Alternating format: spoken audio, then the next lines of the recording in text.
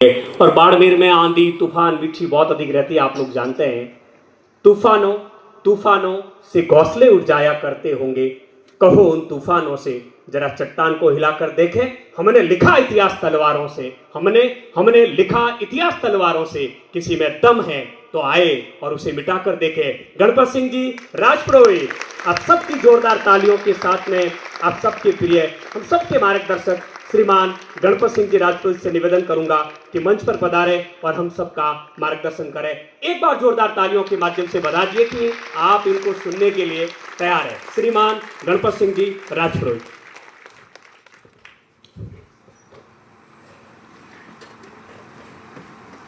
बड़ी ज़बरदस्त पृष्ठभूमि बनाते हैं सुरेंद्र जी आप। एक सामान्य विद्यार्थी की इतनी गहरी पृष्ठभूमि बनाई कि किसी के ऊपर भी दबाव आ जाए कि क्या बोलना है अब, क्योंकि एक्सपेक्टेशंस बढ़ जाती है ना। इसलिए सबसे पहले मैं माँ सरस्वती को वंदन करता हूँ। इतिहास सहायक आचार्य साक्षात्कार की एक दिवसीय वर्कशॉप के इस आयोजन के अवसर पर मंच पर विराजमान हमारे अग्रज बड़े भाई पवन जी, धीर सिंह जी और हमारे अनुज बजरंग जी जो चले गए, मैं आपका हृदय की गहराइयों से स्वागत करता हूँ कि मैंने जैसे ही इस प्लान के बारे में सोचा और आपसे मैंने बात की तो आपने कुछ भी नहीं सोचा और उन्होंने कहा जो भी आप डेट तय करेंगे हम आने के लिए रेडी रहेंगे। तो आपका पुनः बहुत बहुत धन्यवाद कि आपने अपना अमूल्य समय में से कुछ समय हमें दिया। इस कार्यक्रम के इस ऑडिटोरियम के प्रांगण में मेरे सामने विराजित भावी सहायक आचार्य, जिन्हें मैं शिक्षक कहूँगा ज़्यादा अच्छा लगता है, आप सभी विद्वान हैं, आप सभी शोधार्थी हैं, आप सभी शिक्षक हैं और एक बहुत नेक और बहुत ही पवित्र पैसे में जाने वाले हैं।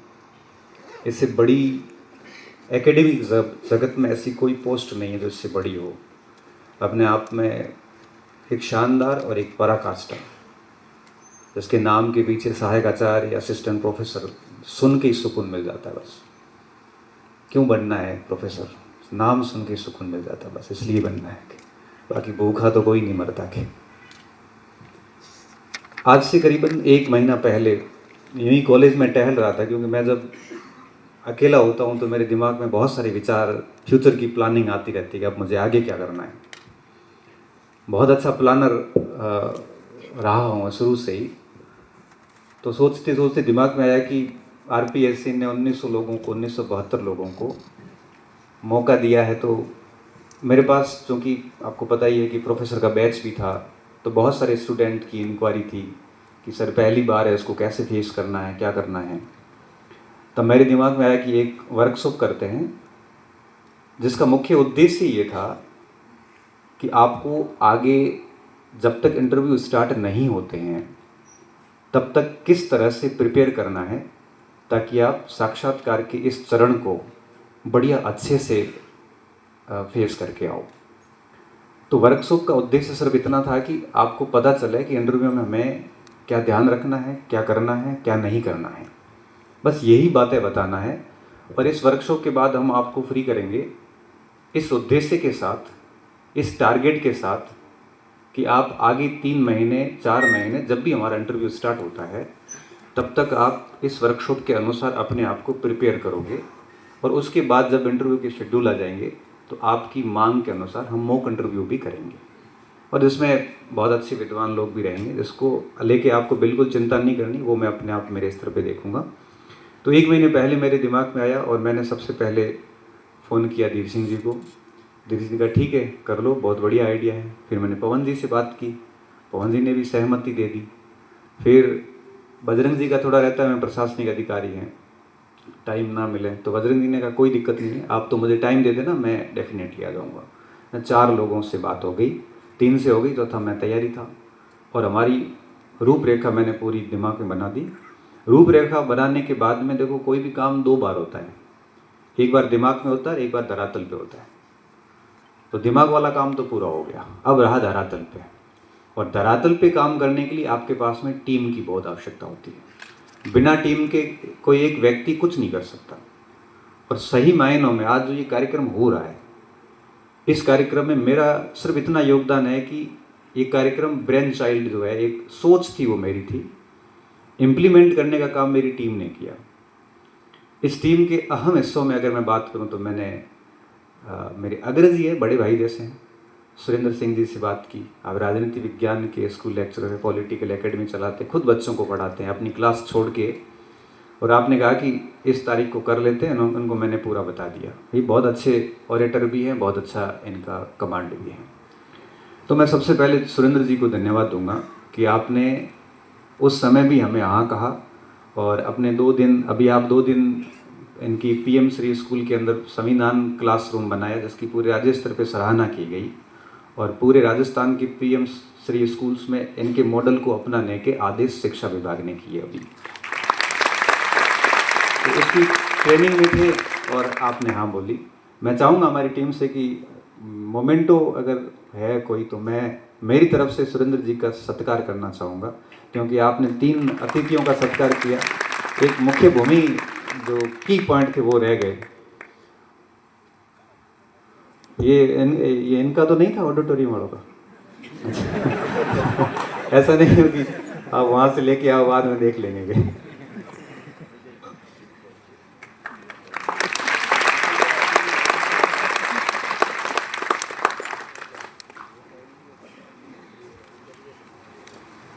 और आपसे उम्मीद रखूंगा कि अब आगे भी इसी तरह से हमारा साथ देते रहें। हमारी टीम में आप हिस्ट्री पॉइंट से अगर कोई भी स्टूडेंट जुड़ा हुआ तो उनको पता होगा कि टेक्निकल चीज़ें आती हैं, कई बार कोई इंक्वायरी होती है, कई बार सिलेबस को लेके डाउट होते हैं। तो आपको रात को भी कई बार 3 बजे भी मैसेज आ जाता है, 2 बजे भी आ जाता है। ये सारा जो कार्य है ये सवाई के द्वारा किया जाता है। Sawai Gumawat, big upload for him, बड़ी उनके हाथों से ताली होने की। पूरा काम आपने देखा है, सारा काम, ये पोस्टर बनाने से लेके पूरी इवेंट मैनेजमेंट आपका है। उसके साथ में इनके भाई प्रवीण हैं और ये पूरी टीम थी जो कल ही आ गई थी यहाँ पे। और पूरी व्यवस्था जैसा कि आप देख रहे हो, नाश्ते पानी से लेके, मंच से लेके, पोस्टर से लेके, ये सारा काम किया। इस पूरी टीम का मैं शुक्रिया अदा करता हूँ। इस टीम के बिना ये कार्यक्रम पॉसिबल नहीं था। और आज जो कुछ भी चीज़ें चल रही है, मैं तो केवल एक आगे फेस किया गया हूँ। मेरी पृष्ठभूमि में बहुत लोग खड़े हैं, वो ये सारी की सारी टीम। फिर पुखराज से बात की जो यहाँ पीजी चलाते हैं, और कई सारे बच्चे मिले और इन्होंने एक बढ़िया अच्छा सा कार्यक्रम किया।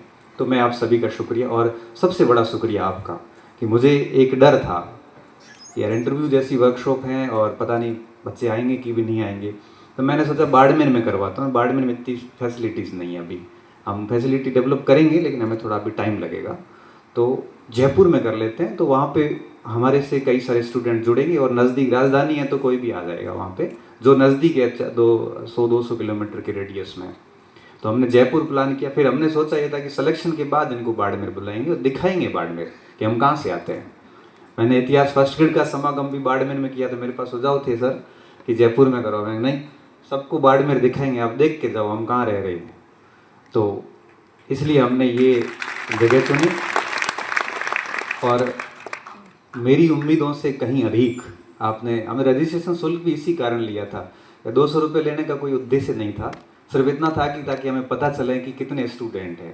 अब इसमें 600-650 की सीटिंग है और 100 बच्चे आ जाएंगे तो न तो अब धीर सिंह का बोलने का मन ही नहीं होगा धीर सिंह जी, क्योंकि हजारों बच्चों को संबोधित करते हैं वहाँ 50-100 बच्चे, तो मज़ा ही नहीं आता बोलने का। सही बात है सर, हमारे सभी के साथ यही स्थिति है।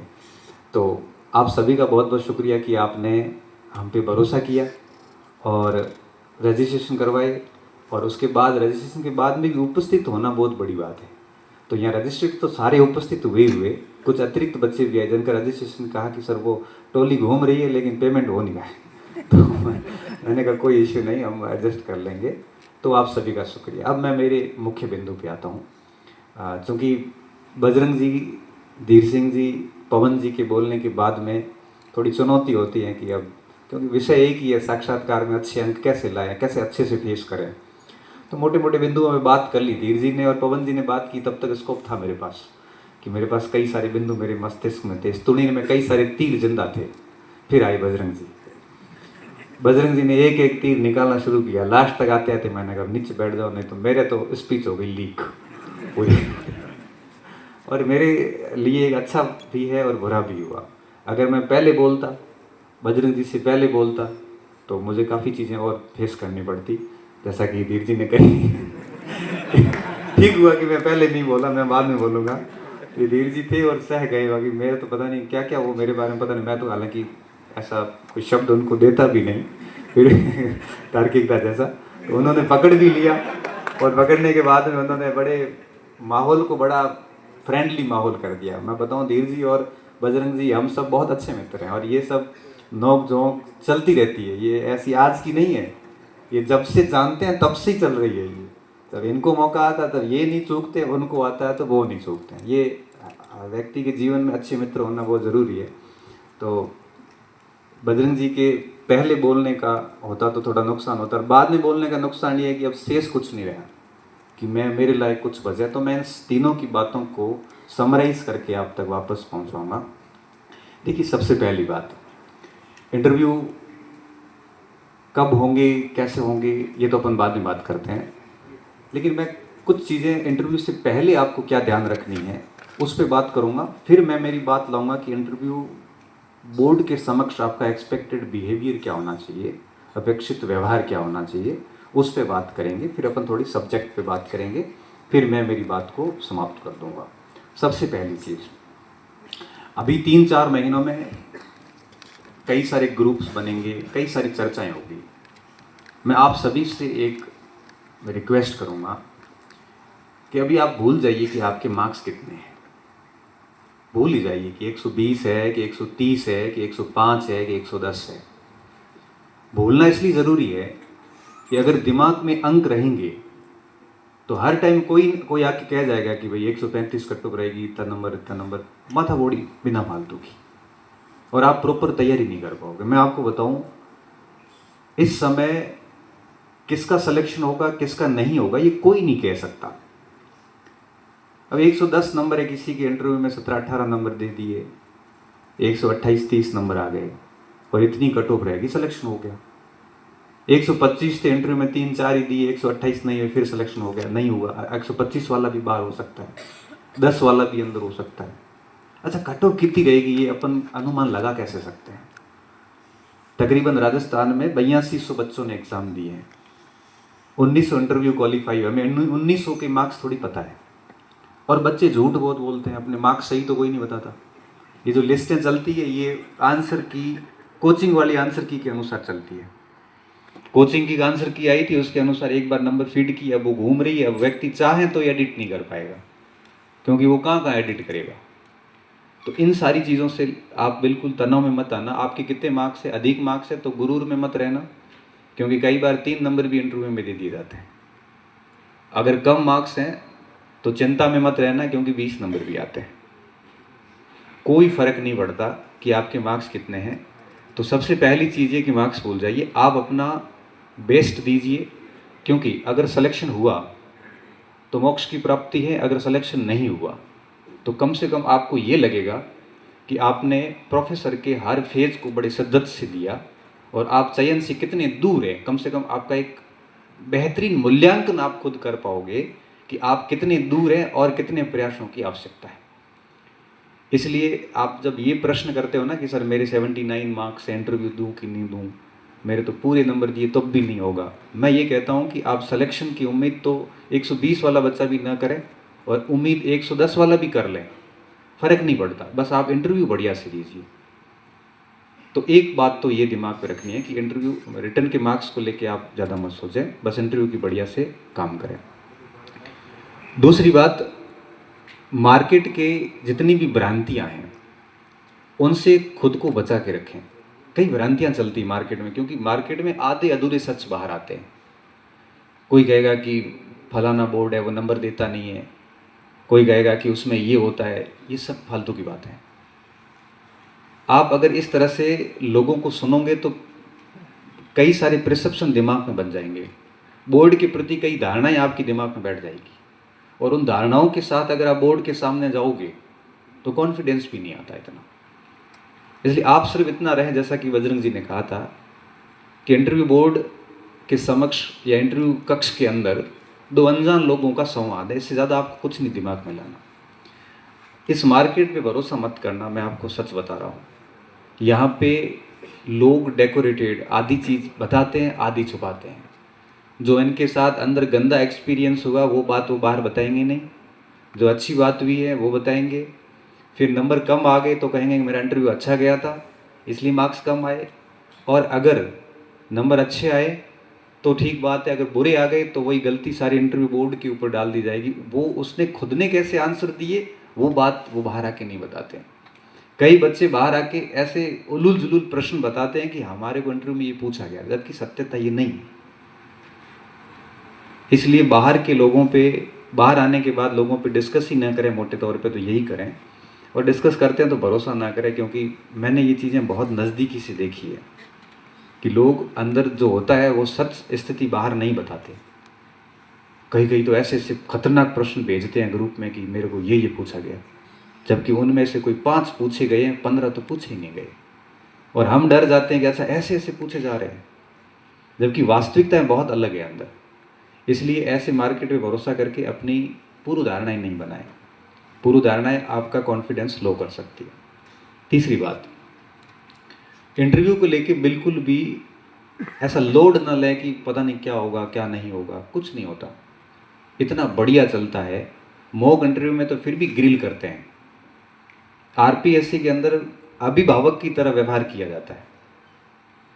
आप अंदर जाते हैं, थोड़ा सा डर होता है उस समय, वो पानी भी आपको ऑफर करते हैं कि पानी पी लो, बड़ा सहज किया जाता है आपको। बड़े सरल प्रश्न पूछे जाते हैं, बस उसके उत्तर थोड़े हार्ड होते हैं, क्योंकि सरल प्रश्न का उत्तर हमेशा कठिन होता है। मैं आपको कह दूं ना, आपके बारे में बताओ, ये प्रश्न कितना सरल है, उत्तर देने में जोर आ जाएगा। क्या बताऊं मेरे बारे में, तो बहुत बड़ी बड़ी कहानियां हैं। बहुत मुश्किल हो जाता है खुद के बारे में बताना। बजरंग जी कह रहे थे कि अपनी कमियां बताओ। अब कमियां तो व्यक्ति को खुद की कहाँ नजर आती है, अब वो कमियां नहीं बता पाएगा, क्योंकि खुद की कमी बताना ये तो बहुत बड़ी बात है। डॉक्टर भीमराव अम्बेडकर ने कहा था, गांधी जी के बारे में कटाक्ष किया था कि कोई व्यक्ति महात्मा कैसे हो सकता है। एक मानव अगर पूर्ण मनुष्य बन जाए तो भी बहुत बड़ी बात है, महात्मा व्यक्ति हो ही नहीं सकता। वो गलतियां तो सब में ही हैं, कमियां सब में ही हैं, लेकिन वहां पे बताने में बहुत जोर आता है, क्योंकि हम कमियों पे कभी मंथन किया ही नहीं हमने। तो बहुत ही आसान प्रश्न पूछे जाते हैं, उन आसान प्रश्नों के जवाब थोड़े से कठिन से होते हैं, बाकी ज़्यादा दिक्कत नहीं। जैसे एक प्रश्न पिछली बार किसी बैच में पूछा 2020-21 वाली वैकेंसी में एक बच्चे को कि कर्नल जेम्स टॉड ने कौन सी किताब लिखी, तो उसके दिमाग में सीधा आया annuls and antiquities of Rajasthan. तो उसने पूछ लिया एनल्स क्या होते हैं। अब ये सरल सवाल ही है, एक प्रोफेसर बनने जा रहा है, एक विद्यार्थी प्रोफेसर बनने जा रहा है, उसको एनल्स का पता होना चाहिए। और सबको पता है कि एनल्स फ्रांस की पत्रिका थी और इतिहास लेखन की एक पद्धति है। उन्होंने कहा सॉरी सर, तो एंटीक्विटीज क्या है, वो एंटीक्विटीज नहीं पता। अब बताओ, किताब का नाम तो रट के गए, लेकिन उन दोनों शब्दों के अर्थ नहीं पता करके गए। इसलिए कहते हैं कि आप ये भली मत रटो कि उस किताब को 1829 में पब्लिश कराया, 2 पार्ट में किया, ये किया वो किया, मत रटो। लेकिन कम से कम कोई महत्वपूर्ण पुस्तक पे अगर आप बात कर रहे हैं, हम कर्नल टोड का योगदान कैसे भुला सकते हैं। तो एंटीक्विटीज क्या, तो सॉरी सर, तो आपने किताब कब पढ़ रहे हो, कब से पढ़ रहे हो? 5-7 साल से इस किताब का नाम आ रहा, लेकिन कभी आपने जानने की कोशिश नहीं की। और मान लो बोर्ड, आप जब प्रोफेसर बन के जाएंगे और किसी बच्चे ने पूछ लिया, तब आप क्या जवाब दोगे? अब एंटीक्विटीज क्या है? एंटीक्विटीज यूनान के अंदर, जैसे हमारे गुप्त काल, मौर्य काल जैसे युग थे, वैसे वहाँ पे एक युग है। और इतना सा कहना था कि ये एक पीरियड था यूनान का, इसका और राजस्थान के इस पीरियड का तुलनात्मक अध्ययन किया गया, एनल्स शैली में किया गया, इसलिए इसका नाम है annuls and antiquities of Rajasthan. बड़ा सिंपल उत्तर था इसका। अगर आ रहा है तो, नहीं आ रहा है तो ठीक है, उसने सॉरी बोल के अच्छा ही काम किया। गलत बताने से सॉरी बताना ज़्यादा बेहतर है। एक मेरे मित्र थे जो अभी कमांडेंट है, राष्ट्रपति अवार्ड है, वो असिस्टेंट कमांडेंट का इंटरव्यू देने गए दिल्ली यूपीएससी में। सर कोई 25-30 मिनट इंटरव्यू चला। उस इंटरव्यू के दौरान वो बाहर आके एक्सपीरियंस पता है 2007-8 की बात है, हमारे अच्छे मित्र थे उस समय, वो अभी भी है। तो उसने कहा यार 20-30 प्रश्न पूछे, तो 2-4 प्रश्नों पे बात हुई, बाकी सभी पे मैंने तो सॉरी सॉरी सॉरी बोला। और वो नंबर कैसे देगा, क्योंकि प्रश्न ही उस लेवल के थे कि सॉरी बोलना पड़ा, कोई ऑप्शन नहीं था उनके पास। लेकिन जो 4-5 प्रश्न ने जो आंसर बताए ना, वो इतने प्यारे बताए कि उनके इंटरव्यू में 100 में से लगभग मुझे जहाँ तक याद है 70+ मार्क्स थे, और ऑल इंडिया में चौथी रैंक थी उनकी। तो बजरंग जी ने कितनी बढ़िया बात बताई कि आपको सब प्रश्नों के उत्तर भली मत आए, 10 में से 8 प्रश्नों की आपने सॉरी बोल दी, फैक्चुअल किया। एनालिटिकल प्रश्नों पे आप सॉरी नहीं बोल सकते। आपको पूछा कि भारत विभाजन के क्या कारण थे, सरल प्रश्न है बहुत, यहाँ आप सॉरी नहीं कह सकते। अब ऐसे प्रश्न पे उत्तर देने के लिए आपको मेंटली थोड़ा प्रिपेयर होना पड़ेगा कि सर भारत विभाजन के लिए देखो, अगर आप कांग्रेस को जिम्मेदार ठहराओगे तो भी गलत हो जाएगा, बड़ा एकांकी विश्लेषण हो जाएगा। आप अगर केवल ब्रिटिशर्स को जिम्मेदार ठहराओगे तब भी एकांकी विश्लेषण है। आप अगर जिन्ना को ठहराओगे अकेले को तब भी एकांकी विश्लेषण है। तब आपको कहना पड़ता है कि सर भारत विभाजन के पीछे मुख्य रूप से 3 कारण जिम्मेदार है, ऐसा मैं समझ पा रहा हूँ। पहला कारण ब्रिटिश सरकार की फूट डालो राज करो नीति, जिसने हिंदुओं और मुसलमानों को अलग कर लिया कि 2 बड़े धर्म एक साथ नहीं रह सकते। दूसरा, कांग्रेस की तुष्टीकरण की नीति जो लखनऊ समझौते से शुरू हो गई थी, उसके बाद ही अपीजमेंट के बाद में चीज़ें बिगड़नी शुरू हुई। और तीसरा, जिन्ना की अठधर्मिता, जिसको पाकिस्तान से कम मंजूर नहीं था। अब आप मुझे बता दो चौथा कारण क्या शेष बचा। अब जब मैं कह रहा हूं कि 10 में से 1 प्रश्न का उत्तर भी आप इस तरह से दे देते हैं तो उनको लग जाता है कि इसमें विश्लेषण की बड़ी अच्छी क्षमता है। अब बात ये आती है कि ऐसा विश्लेषण विकसित कैसे हो। उसके लिए मैं आपको कुछ सजेशन दूंगा कि जब भी आप बैठे हो, ऐसे प्रश्न खुद की दिमाग से बनाए और खुद ही उत्तर देने की कोशिश करें। बोले मत, भली मत बोलो, अकेले हो सोचते रहो कि जैसे क्या मुगल काल के पतन में औरंगजेब ही जिम्मेदार था, तब हम कह सकते हैं औरंगजेब कितना जिम्मेदार था। आप खुद सोचिए। हमारे स्पेंगलर और टॉयन भी कहते हैं कि जो सभ्यता उत्थान हुआ उसका पतन भी होगा। पतन तो मुगल काल का अवश्यंभावी था, कई कारण थे, मगर औरंगजेब के कारण थोड़ा पहले पतन हो गया। अब ऐसे प्रश्न आप दिमाग में खुद से बनाइए। ये जो हमने 200-250 प्रश्न दिए ना आपको बुकलेट में, ये एब्सोल्यूट लिस्ट नहीं है, ये एक नमूना है कि इस टाइप से आपको पढ़ते वक्त इस टाइप से ध्यान रखना है। कितने भी प्रश्न बन सकते हैं, आप हर दिन सोचते रहिए। आप अपनी ऑफिस जा रहे हैं, गाड़ी में बैठे हैं, आप स्कूल जा रहे हैं, बस में बैठे हैं, तो बस में जाते जाते सोचते जाइए कि मौर्य काल में क्या क्या बन सकता है। तो आप खुद सोचिए, खुद उसके उत्तर दीजिए। फिर अगर आपका कोई ग्रुप बनता है, कोशिश करिए कि ग्रुप में आप बोल के उत्तर दें, क्यों लिख के उत्तर देना और बोल के उत्तर देने में रात दिन का फर्क है। लिखने के वक्त हमें सोचने का वक्त मिलता है, लिखते वक्त हम आराम से उसको एरियज वापस डिलीट कर सकते हैं, लिखते वक्त हम 15 मिनट टाइम लेके आराम से एक प्रश्न का उत्तर लिखते हैं। बोलना आपको इंस्टेंट होता है, तो लिख के आंसर देने की बजाय आप अपने ग्रुप के साथ में, भले 2 लोगों का ही ग्रुप हो, सार्थक चर्चा करें। हर टॉपिक को एक दिन ले, उस पर आप चर्चा करें, भले 15 मिनट ही करें। अगर इस तरह से आप खुद के मस्तिष्क से विश्लेषण करोगे तो आपको हर प्रश्न का उत्तर धीरे धीरे आना शुरू हो जाएगा। अब जैसे आपने आज बाहर निकलते सोचा, अभी डॉक्टर अम्बेडकर जयंती थी 14 तारीख को, उस दिन आपको यह सोचना चाहिए था कि गांधी और अम्बेडकर दोनों के लक्ष्य सेम थे, दोनों का दलितों का उत्थान। फिर दोनों की बनती क्यों नहीं थी? दोनों की बिल्कुल नहीं बनती थी। अब ये प्रश्न आपसे किया जा सकता है कि जब दोनों का टारगेट एक ही था तो बनती क्यों नहीं थी? दोनों की बिल्कुल आइडियाज नहीं मिलते थे। तब आपका सिंपल सा उत्तर हो सकता है कि सर उनका साध्य सेम था, साधन अलग थे। बाबा साहब चाहते थे कि अगर दलितों का उत्थान करना है तो वर्ण व्यवस्था को समाप्त करना पड़ेगा, और गांधी जी चाहते थे कि वर्ण व्यवस्था में रहते भी उत्थान करना है। बस इसी बात की भिन्नता थी। क्योंकि जितना उत्तर आपका परीक्षा कक्ष बोर्ड इंटरव्यू बोर्ड के समक्ष संक्षिप्त में जाएगा, उतना ही आप उनको सामने वाले को कम अवसर दे रहे हैं। जितना संक्षिप्त उत्तर होगा, इकोनॉमिक्स में गॉसेन का नियम आता है, थर्ड लॉ, कि scarcity is the pre conditions of the increasing your value. अगर आपको अपना मूल्य बढ़ाना है, भार बढ़ाना है, तो कमी करनी पड़ेगी चीज़ों में। छोटे छोटे प्रश्न के बड़े बड़े उत्तर देने की कोशिश करोगे तो कुछ शब्द ऐसे पकड़ेंगे वो, फिर उन्हीं के आसपास घुमाते रहेंगे, पूरा इंटरव्यू खत्म, इतिहास में कुछ नहीं पूछेंगे, वहीं घूमते रहोगे और मूड ही खराब हो जाएगा, आपका खुद का ही हो जाएगा वहीं पे, और मुंह उतर जाता, वहीं पे उतर जाता है। कोशिश करिए कि जितना संक्षिप्त में आप बात रखो, बस संक्षिप्त में रखी गई बात ही आपकी प्रभावी बात होती है और सामने वाले को वापस प्रति प्रश्न करने का अवसर कम देती है। क्योंकि आगे वाले जो प्रश्न पूछ रहे हैं वो प्रश्न आपके उत्तर से ही निकलता है। आप ऐसे भारी भरकम शब्दों का प्रयोग बिल्कुल न करें जिसके बारे में आपको बहुत अधिक जानकारी नहीं है।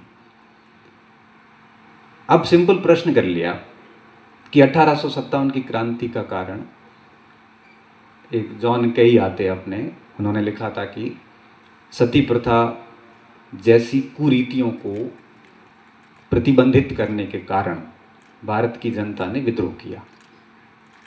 1857 का विद्रोह ब्राह्मणों के नेतृत्व में हुआ, ऐसा जॉन की ने लिखा। अब आपसे सामान्य पूछ लिया कि 1857 की क्रांति क्या सामाजिक सुधारों के कारण हुई थी, तब आप आराम से कह सकते हो कि क्रांति के पीछे सर बहुत सारे कारण थे, आर्थिक भी थे, धार्मिक भी थे, बहुत सारे कारण थे, सैनिक कारण थे। लेकिन जॉन की का जो दृष्टिकोण है वह एक तरफा दृष्टिकोण है, क्योंकि अगर सर सामाजिक कारणों के चलते होती तो सती प्रथा पे प्रतिबंध लगने के तकरीबन 30 वर्ष बाद क्रांति, तकरीबन 30 वर्ष, तो उसी समय हो जाती। ये आपका एक सामान्य फैक्ट है। अगर यहाँ आप थोड़ा सा और स्टैंडर्ड आंसर देना चाहें तो आप ये दे सकते हैं कि विलियम बेंटिक ने सती प्रथा को रोकने से पहले भारत के 49 ऑफिसर्स जो जुडिशियल और मिलिट्री से रिलेटेड थे, उनको एक लेटर लिख के पूछा कि अगर मैं सामाजिक प्रथा, सती जैसी प्रथा को बंद करता हूं तो क्या सैनिक विद्रोह कर देंगे? तो सभी ने एक राय होकर लिखा था कि ऐसा कोई विद्रोह ऐसी सामाजिक प्रथाओं को बंद करने से नहीं होगा। तो स्वाभाविक सी बात है कि किसी एक कारण से इतनी बड़ी क्रांति नहीं हो सकती। मतलब बहुत ही सिंपल चीजें हैं, पर अगर आप मस्तिष्क में ऐसे डिस्कशन करेंगे तो आपको विश्लेषण की क्षमता स्वतः विकसित हो जाती है। कितने सिंपल प्रश्न आते हैं कि 1857 की क्रांति बोल रहे, पूछ लें क्रांति क्या है, आंदोलन में क्रांति में क्या अंतर है। अब ये प्रश्न कितना सिंपल है कि क्रांति क्या होती है, आंदोलन क्या होता है। और एक इतिहास, क्योंकि वो एक एज स्टूडेंट पूछ रहे हैं, बात करेंगे, आपको सामान्य टर्म का जो शब्दावली है इनका पता होना बहुत ज़रूरी है। तो अब आप आगे के जो 3-4 महीने हैं इसमें जब आप विषय पढ़ो वापस, तो थोड़ा फैक्ट भले छोड़ दो मगर शब्दों के अर्थ पता करते जाना, क्योंकि शब्दों के अर्थ पता होने बहुत ज़रूरी है। कई बार वही पूछते कि धम क्या है, कई बार वही पूछ लेते हैं कि सुलह कुल क्या है, कई बार वो बहुत सिंपल सा प्रश्न, शब्दों के अर्थ पता, क्योंकि अब जो आपका परीक्षण है वो है आपके कौन सी घटना क्यों हुई, कैसे हुई, प्रभाव क्या पड़े, मौर्य काल किस प्रकार अस्तित्व में आया, पतन कैसे हुआ, इसकी मेन पॉलिसीज के बारे में देख लो आप। इन चीज़ों का आपको विशेष तौर पे ध्यान रखना है। यहाँ पे अभी वस्तुनिष्ठ अध्ययन की बजाय विषयनिष्ठ अध्ययन करना। जैसे आप अकबर के बारे में आज पढ़ना चाह रहे हैं, अकबर में क्या प्रश्न बन सकते हैं। अकबर में यही बनते हैं कि उसको, जैसे बजरंग जी ने कहा कि वो महान थे कि नहीं थे, आपसे पूछ ले, वो पूछ भी सकते हैं। केसरी सिंह के बोर्ड में गए तो डेफिनेटली पूछेंगे। केसरी सिंह जी का राजस्थान का इतिहास बहुत शानदार है, आप बिल्कुल रीजनल हिस्ट्री, एक एक युद्ध पता हो उनको, और ऐसा कैसा अयूब सर का भी बहुत शानदार है। और कई बार तो वो वही इंटरव्यू ख़त्म कर देंगे। अगर रीजनल हिस्ट्री पे चले गए और वहाँ आप उनको संतुष्ट नहीं कर पाए तो फर्स्ट इम्प्रेशन लास्ट इम्प्रेशन, शुरुआत ही ख़राब हो गई तो उनके दिमाग में बैठ जाएगा कि ये काम का नहीं, और आपका कॉन्फिडेंस भी डाउन हो जाएगा। फिर हम वहाँ जाके कैसी कैसी हरकतें करते हैं सर, वहाँ जाके हम सिंपैथी अर्जित करने के प्रयास करते हैं। कोई कहता है हमारे ट्रेजिडी हो गई, कोई कहता है मेरे घर पे ये हो गया। क्या मतलब है उनको ये हो गया? अरे ट्रेजिडी अब हुई है, परीक्षा पास की, इतना भी ज्ञान नहीं है कि आप सिंपल 4 शब्दों में इनको बता नहीं सकते। आप सिंपल सा उत्तर बताना, कौन सा फैक्ट देना है आपको। तो थोड़ा सा इस समय आप जो विषय पढ़े वो थोड़ा सा विषय निष्ठ होकर पढ़ें, कारणों पे व्याख्या करें, पतन पे व्याख्या करें, नीतियों के प्रभावों पे व्याख्या करें, शब्दों के अर्थ समझें आप, क्योंकि जितने शाब्दिक अर्थ पता होंगे कॉन्फिडेंस बहुत बिल्ड होता है। आपको पता है, मैं बताऊं, 1990 से पहले यूनिवर्सिटीज़ में हर विषय की डिक्शनरी होती थी। इकोनॉमिक्स की डिक्शनरी आती है, आज भी आती है। ज्योग्राफी का शब्दकोश आता है, ऐसा इतिहास का भी एक शब्दकोश है जहाँ सारे शब्दों के अर्थ बताए गए हैं। तो वो शब्दों के अर्थ आपको बहुत अच्छे से आने चाहिए, क्योंकि कई बार शब्दों के अर्थों में भी हम मात खा जाते हैं। इसके अलावा थोड़ा अभी और क्या प्रिपरेशन करनी है, बोर्ड का वर्क बढ़िया करना है आपको, क्योंकि कुछ बोर्ड कक्षा नहीं दिलवाते। ये कोई नियम नहीं है, वो कुछ स्टूडेंट्स से कक्षा नहीं करवा रहे, कुछ से करवा रहे हैं। तो आप तो मान के चलिए कि आपको कक्षा करवाएंगे, वहाँ सामने बोर्ड लगा हुआ है, तो थोड़ा सा अभी आप अपने रूम में एक छोटा बोर्ड लगा दो। क्योंकि जनरली क्या होता है, जब बोर्ड पे लिखते हैं अभ्यास नहीं होता है तो लाइनें ऊपर से नीचे चली जाती है, लेखन कौशल अच्छा नहीं है, शाब्दिक रूप से वर्तनी त्रुटियां करते हैं। अब प्रोफेसर बनने जा रहे हो, दूसरा लिख रहे हो, तीसरा लिखोगे तो क्या करेगा सामने वाला, कहेगा लो परीक्षा कैसे पास कर ली इसने। और इस बार तो कई लोगों को ऐसा कहा है कि आप लेक्चर कैसे बन गए, आपसे तो मैं ठीक उम्मीद कर रहा हूँ, प्लीज बिहेव लाइक प्रोफेसर। ऐसे शब्द भी इस बार इंटरव्यू में, क्योंकि मुखर लोग हैं, खुला बोल देंगे सीधा ही, और ऐसा शब्द सुन लिया ना तो उसके बाद आपका तो पूरा कॉन्फिडेंस डाउन हो जाएगा, फिर आपका पूरा इंटरव्यू खराब हो जाएगा अच्छा खासा। तो कम से कम जो भी टॉपिक पढ़ो वहाँ ऐसा कोई शब्द लिखो ही मत जो आपको नहीं आ रहा है, वही लिखो जो आपका वर्तनी रूप से ठीक हो। तो वर्तनी त्रुटियों का ध्यान रखें, सीधा लिखें। एक अपने कमरे में बोर्ड लगा दें आप, और जो भी टॉपिक आप 2-4 तैयार करके जाएं उसको 360 डिग्री कंप्लीट तैयार करें। क्योंकि जहाँ तक मैं सोच पा रहा हूँ, इस पूरे इंटरव्यू के 3 पार्ट हैं। पहला पार्ट है आपका अभिव्यक्ति कौशल कैसा है, आप बात कितनी विनम्रता से, कितना संक्षिप्त और सारगर्भित तरीके से और कितनी फ्लुएंसी के साथ अच्छे से रख पा रहे हैं ताकि सामने वाला समझ पाए, एक पक्ष। दूसरा पक्ष है शिक्षण कौशल कैसा है आपका, और जो तीसरा पक्ष है आपका वो है आपका व्यक्तित्व। और मुझे लगता है कि 24 नंबर के इस इंटरव्यू में 8-8 नंबर का है मामला। अगर आपका अभिव्यक्ति कौशल बड़ा शानदार है तो 8 में से 6-7 मिल जाते हैं। टीचिंग स्किल भी बड़ी अच्छी कर रखी है आपने, हर दिन 15 मिनट आपने खुद को दिए हैं बोर्ड पे जाके, तो वहाँ 5-6 नंबर आ जाते हैं। और व्यक्तित्व के बढ़िया तरीके से चीज़ें प्रेजेंट करिए तो कुछ नंबर वहाँ पे भी आ जाते हैं। ऐसे करके 14-15 नंबर दे दिए जाते हैं। तो कोई एक भाग अच्छा हो और 2 भाग कमज़ोर है तब भी हम पिट जाते हैं। तो कोशिश करें कि आप शिक्षण कौशल भी अच्छा रखें वहाँ पे। बाकी वहाँ पे बोर्ड पे लिखें कम, एक्सप्लेन अधिक करें, क्योंकि वहाँ जाते ही आप लिखोगे, उनके सामने आई कांटेक्ट नहीं करोगे तो होगा यही कि कर क्या रहे हैं। वहाँ आपने टॉपिक लिख लिया, लिखने के बाद में अब आप कम से कम हाथ ऐसे रख लो और अब उसके बाद उसको थोड़ा सा उसके बारे में समझाना शुरू कर दो, एक हल्के एक्सप्रेशन के साथ में। बॉडी लैंग्वेज में एक्सप्रेशन बहुत मैटर करते हैं। ये कंधे और इन कंधों से आपके हाथ बाहर नहीं जाने चाहिए जब आप उत्तर देते हो, ऐसे नहीं ये वो वहाँ पे किया फिर वो कहेगा कहाँ से आया ये आदमी। क्योंकि जब आप आंसर दे रहे हो ना तो आपके हाथ आपके कंधों की सीमा के अंदर होने चाहिए। जो मेरे छोटे हैं तो मेरी सीमा छोटी रहेगी, किसी के चौड़े कंधे हैं तो थोड़ा सा हाथ आगे तक जाएगा। ऐसे नहीं हो कि बिल्कुल फिर फिर क्या है, फिर थोड़ा सा क्या एक गलत इंप्रेशन सा पड़ता है। तो बोर्ड के ऊपर लिखें कम, समझाए अधिक, और वहाँ से आपको 2 से 3 मिनट का टाइम ही देते हैं, बहुत अधिक टाइम नहीं देते वहाँ पे। तो बोर्ड वर्क आप अभी से शुरू करें, डेली 15 मिनट ही दे भले, लेकिन 15 मिनट में कोशिश करें कि आप समझा सकें। जैसे मैंने टॉपिक लिया हड़प्पा सभ्यता, उसमें भी मैंने लिया कि सभ्यता की उत्पत्ति कैसे हुई। तो मैंने जैसे टॉपिक लिखा कि हड़प्पा सभ्यता की उत्पत्ति, तो एक माननीय सदस्य ने पूछा कि आपका स्पेशलाइजेशन किसमें है। मैं तो भूल गया, पता नहीं किसमें स्पेशलाइजेशन है। जैसा कि पवन जी ने कहा कि वो पेपर याद नहीं, 2011 में एमए की हुई। तो मैंने मेरे अंदाजे में ऐसे ही बोल दिया, मैं आधुनिक भारत। तो आधुनिक भारत इस पे अब है। अब बाद में पता चला, घर जाके देखा तो पता चला मध्यकाल में है क्योंकि एमए के अंदर स्पेशलाइजेशन जैसा कुछ एमडीएस यूनिवर्सिटी में लिखा हुआ नहीं है। तो हमने कुछ अनुभवी लोगों से पूछा कि यार ये मार्कशीट है, इसमें स्पेशलाइजेशन कहाँ है।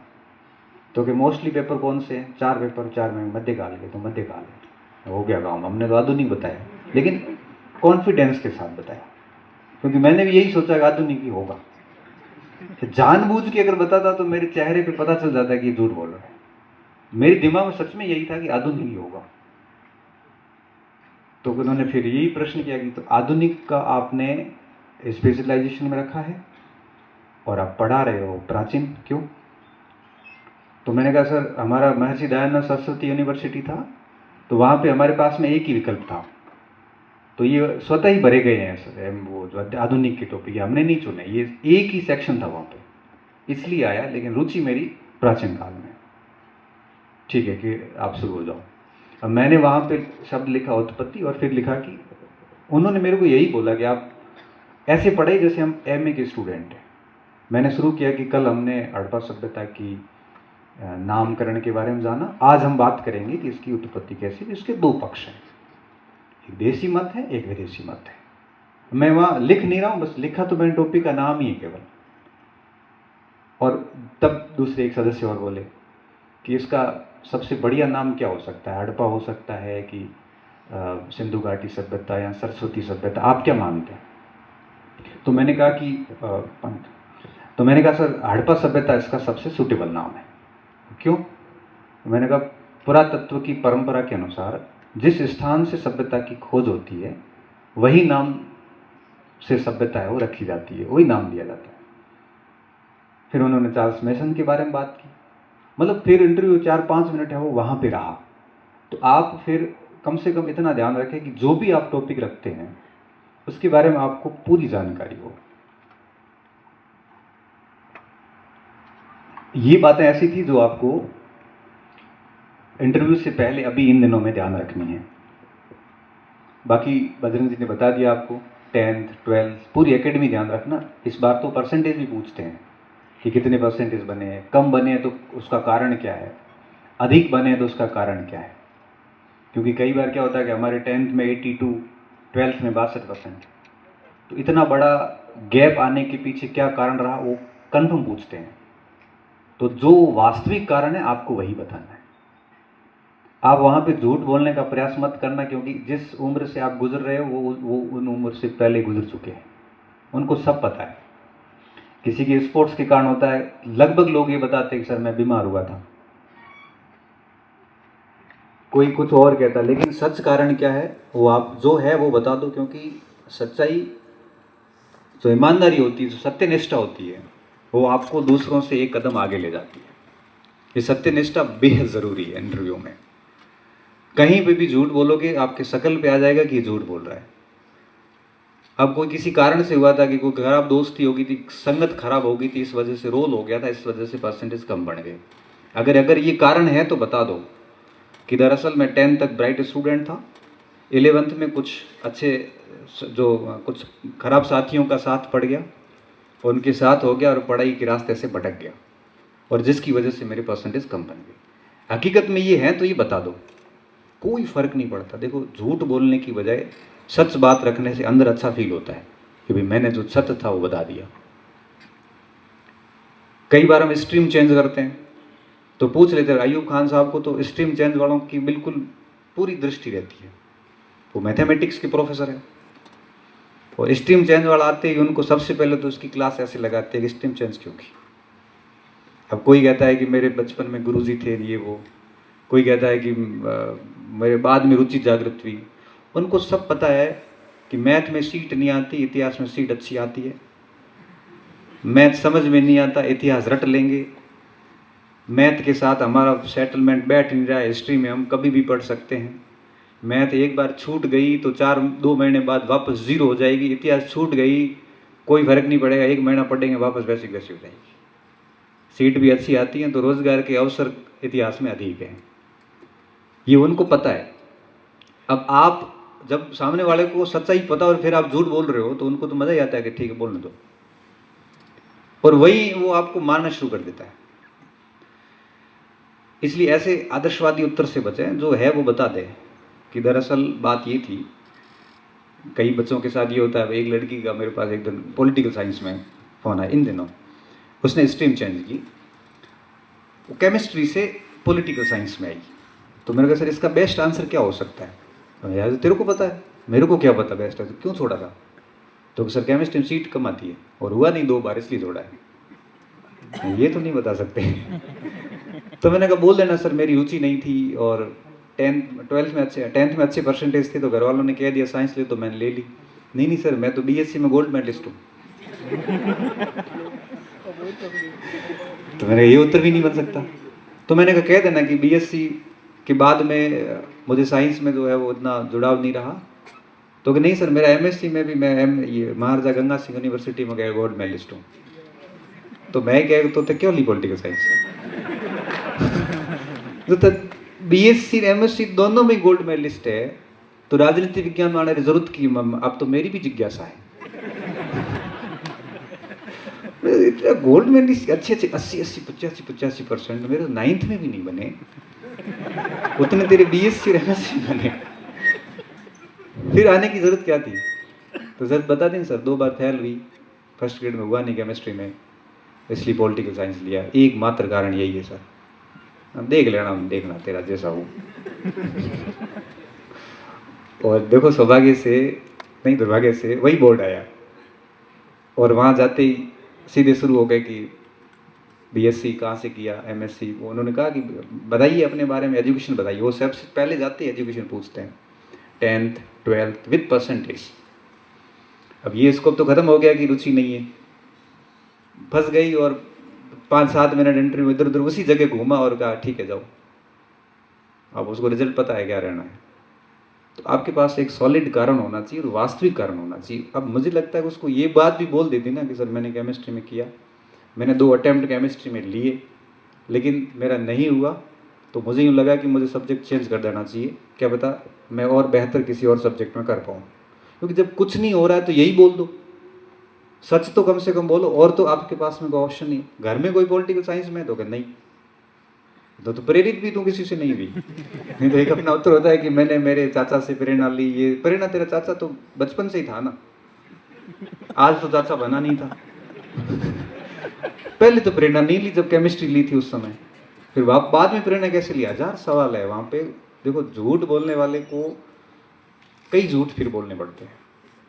इससे अच्छा है कि आप सच बता दो कि मैंने स्ट्रीम इसलिए चेंज की। फिर कॉमन प्रश्न आता है कि प्रोफेसर क्यों बनना चाहते हैं?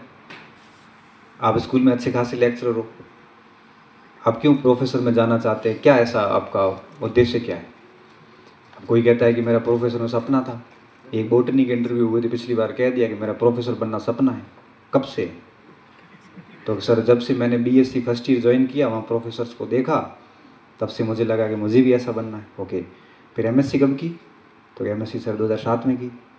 अभी क्या चल रहा है? 2017। इस बीच में पीएचडी की? तो नहीं। कितने पेपर पब्लिश करवाए? नहीं करवाया। तो सपना कहाँ से आया जब रिसर्च में तूने काम ही नहीं किया? कोई बोटनी की 2 जर्नल के नाम बता दो, कोई बोटनी के 2 बड़े लोगों साइंटिस्ट के नाम बता दो। अब सब जगह नो, सॉरी नो। तो जब आपका सपना अगर सच में 12वीं के बाद होता है ना, तो वो एमएससी के बाद पीएचडी भी करेगा, वो पत्र पत्रिकाएं भी छपवाएगा, कई जर्नल में उसके आर्टिकल्स भी छपेंगे, शोध संस्थाओं में सेमिनार में भाग भी लेगा।